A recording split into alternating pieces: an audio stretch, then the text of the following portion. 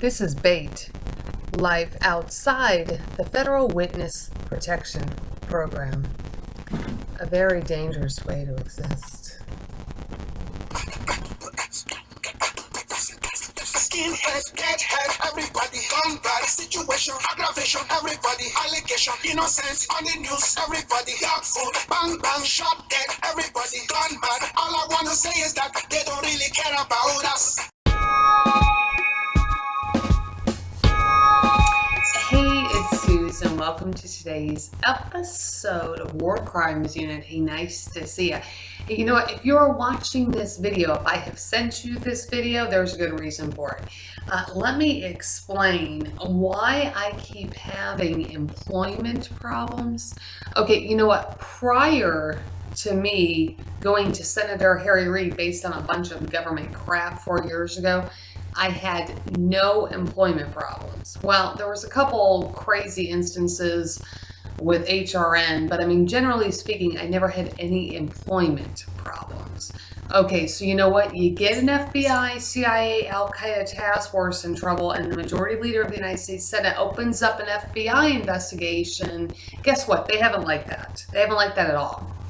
And after the Las Vegas Metro Police, an attorney, Randy Roski, and an advocate named TC with the domestic violence shelter called Safe Nest in Las Vegas, after they told me to get the hell out of town, and I only made it as far as Phoenix, Arizona, Senior Special Agent Peter Lazaro tracked me down on a regular bus, claiming to be just Peter. Now Peter Lazaro, he is with Homeland Security Investigations, and him and Detective James Mosaic was sitting at my dining table back in 2005 because they arrested my son's father. So I don't know why he was just, posing as Peter at the time, but he even made a point of reference in saying, they'll make you a DNR here in Arizona.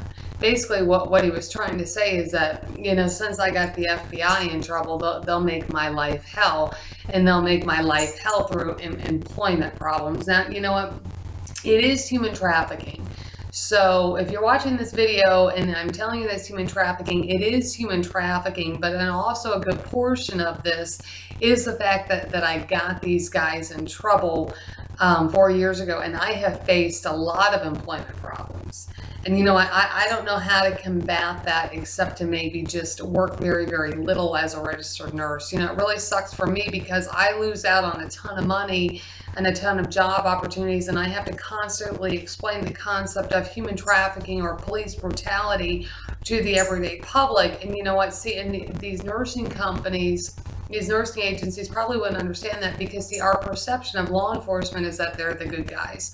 But let me tell you, 10 years ago, I thought all of law enforcement was the good guys, and only through 10 years of very, very harsh experiences have I learned otherwise. I'll be honest with you, I don't trust most law enforcement within the United States. I'm actually petrified of most law enforcement.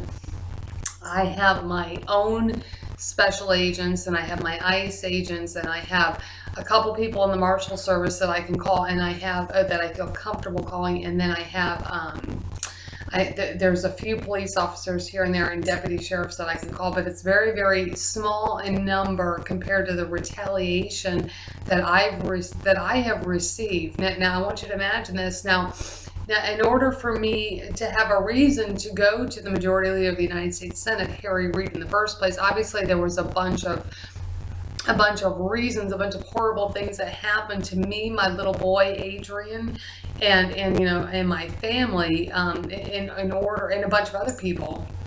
I mean, that was the indication for me to go to Senator Harry Reid in the first place. And I didn't even know how bad it was towards all the rest of these people until actually after I did so. As of today, and this comes from the Marshal Service, my entire family's missing. It looks really, really bad up in Rochester, New York. It looks like murder. I'm not quite sure who's done it. I'm not quite sure if it's a police brutality case up in Rochester that might have caused the murder of my family, or if it's in fact the man that Special Agent Peter Lazaro arrested back in 2005. Those people. But you know what? I mean, all I can say to you as a nursing company is that I can only apologize. It's really, you know what? It's all my fault. If I wouldn't have made an FBI report back in 2004 to the Las Vegas FBI, I wouldn't have to be making this video today. And the only reason that I made a report to the Las Vegas FBI in the first place is because a retired detective with the Dayton, Ohio Police Department, who is my next door neighbor, encouraged me to make an FBI report and actually called the Las Vegas FBI for me and connected me into FBI agent Darren Murphy. And like I said, this was 10 years ago, and this was back when I thought that law enforcement was ethical and I thought they were the good guys. And unfortunately, you know, I've learned very, very harshly that that is quite to the contrary. So, if you're seeing this video, if there's something that has happened that has caused an employment problem, it is most likely, like I said, human trafficking. There's also a possibility that it is related to this police brutality case. I cannot control it. You know, it's my understanding, and that this comes from actually other law enforcement, that investigating a law enforcement misconduct case takes a really, really long time. And it's not something that's easily resolved, you know, but I know that I face a lot of retaliation from other law enforcement because the word gets around in the law enforcement brotherhood that I got other law enforcement in trouble. Well, you know what? It looks like that we have a bunch of missing people. There's a bunch of crimes. It's what's called criminal negligence. And according to one police officer up in Bethel, Alaska, Officer Andy Reed, he actually told me there was going to be an FBI agent going to prison. So, you know what, in knowing that, I do face a lot of other retaliation from law enforcement. Now, keep in mind, law enforcement has a close connection with hospital systems. You know, a lot of police, you know, they go into emergency rooms, they either drop patients off or we're drawing lab work for them for DUIs. You know, I've done that before, helped out the cops when they brought in people. So, you know, they see me working in the ER, but at the same time, they know that I got one of their own kind in trouble. And so it's very, very easy for them to make up shit and like actually manipulate a lot of these nurses. And so therefore I don't end up having a job. So this happens as well. Like I said, I can't control it. When I see it, when I spot it, I remove myself from the situation. I report it to the good guys I know in law enforcement. But what I can't control is whether or not I have a job or can keep a job and so forth. I mean, let me tell you, you know what? I was trying so hard up in Alaska to keep my job, you know, that I actually ended up having a fling with a cop up there in Alaska just for the purpose of keeping my job. Now, like initially I liked him, but then he like stood me up. So then, you know, if someone stands me up, then I don't go out with them anymore, right? But then I ended up putting up with this shit and I ended up having an intimate relationship with a cop just so I could get through the 13-week contract in Bethel, Alaska.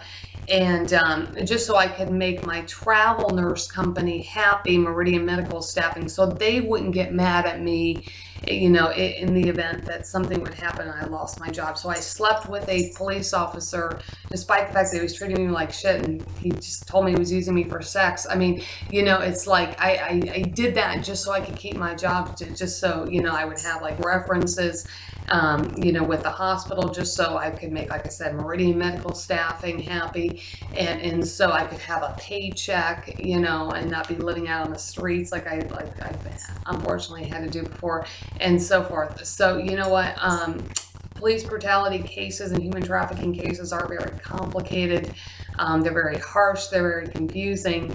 But, you know, like I said, all I can say is that if I would have made that report to the Las Vegas FBI in 2004, my son would still be around. He wouldn't have been assaulted.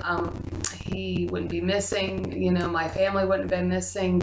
They wouldn't be murdered and so forth. We wouldn't have, you know, plea bargains with criminals, you know, which is apparently what this FBI task force did. They plea bargained my son's father out. And so there wouldn't have been all these other problems, which includes the problems that may have led me to ask you to watch this video, which is most likely employment problems. So in essence, it's my fault.